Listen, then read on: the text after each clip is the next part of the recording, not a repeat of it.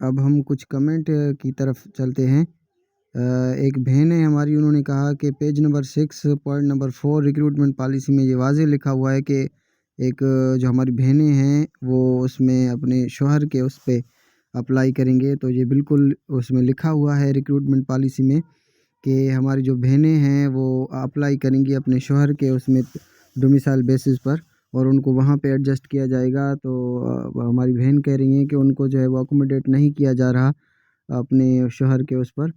तो मेरी बहन आप ऐसा करें कि सेक्रेटरी एजुकेशन साहब is very sincere and honest person, you should send him this problem through mail, and if it's possible you should meet him personally. अगर पॉसिबल हो तो आप उनसे पर्सनली मिलें, वो बहुत अच्छे हैं।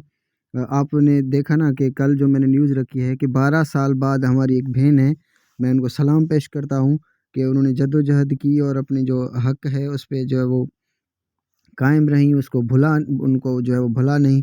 तो 2012 में रिक्रूटमेंट हुई थी एनटीएस की, उसमें उनसे नाइंसाफ़ी हुई थी, और कल उनको जो है वो सेक्रेटरी एजुकेशन साहब ने आर्डर दिया है कि उस वक्त जो है वो इनसे नाइंसाफ़ी हुई थी। तो आप भी जो है वो थोड़ा करें कि आप सेक्रेटरी साहब से मिलें, उनको मेल करें।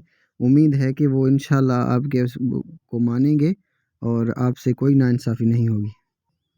बहादुर भाई कह रहे हैं कि डिसेबल को तालका लेवल पे एडजस्ट किया जाएगा। हाँ बहादुर भाई, मैंने सर हाफिज़ शहाबुद्दीन इंडियन से पूछा है, और मैंने दादू का वो पोजीशन वैकेंसी पोजीशन आपको दिखाया था। उन्होंने भी जो है वो ऑन द बेसिस ऑफ तालका उनको जो है वो जो सीट्स हैं माइनॉरिटी की वो जो है वो निकालने की कोशिश की है। और ये हमारी बहन एक पूछ रही हैं कि मेरे 74 मार्क्स थे जेईएसटी में, तो अगर आपके एनटीएस में 70, आपने बताया नहीं कि आपके इस रिक्रूटमेंट में 74 हैं या एनटीएस में हैं। तो एनटीएस में देखें अगर आपके साथ कोई नाइंसाफ़ी हुई है, आपके 74 थे और 73 वाली जो है वो सिलेक्ट हुई है अगर, या आपकी उसमें उस वक्त वैकेंसीज़ मौजूद थी आपकी तालका में, आपकी यूसी में, फिर भी आपको एडजस्ट नहीं किया गया, तो इस तरह की अगर आपके पास जो है वो सॉलिड प्रूफ्स हैं तो आप जो है वो सेक्रेटरी साहब से जाकर अपना मसला हल करवा सकती हैं। ये हमारी बहन है, वो कह रही हैं कि 2013 में भी उन्होंने टेस्ट पास किया था, 2021 में भी।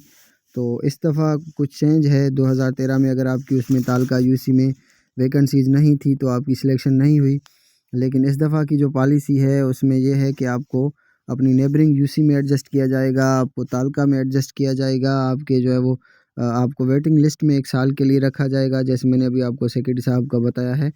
तो उम्मीद है कि हमारे जितने भी पासिंग भाई-बहन हैं उनको सबको जो है वो अकोमोडेट किया जाएगा। वकास भाई कह रहे हैं कि उनके यहाँ वैकेंसी पोजीशन है स्कूल में उनकी यूसी में, लेकिन एसई एंड एलईडी की उसमें नहीं है वेबसाइट पर। तो आप जो है वो अपने डीओ से मुलाकात करें कि हमारी ये स्कूल हैं, हमारे यहाँ पे वैकेंसीज़ खाली हैं, लेकिन आपके उसमें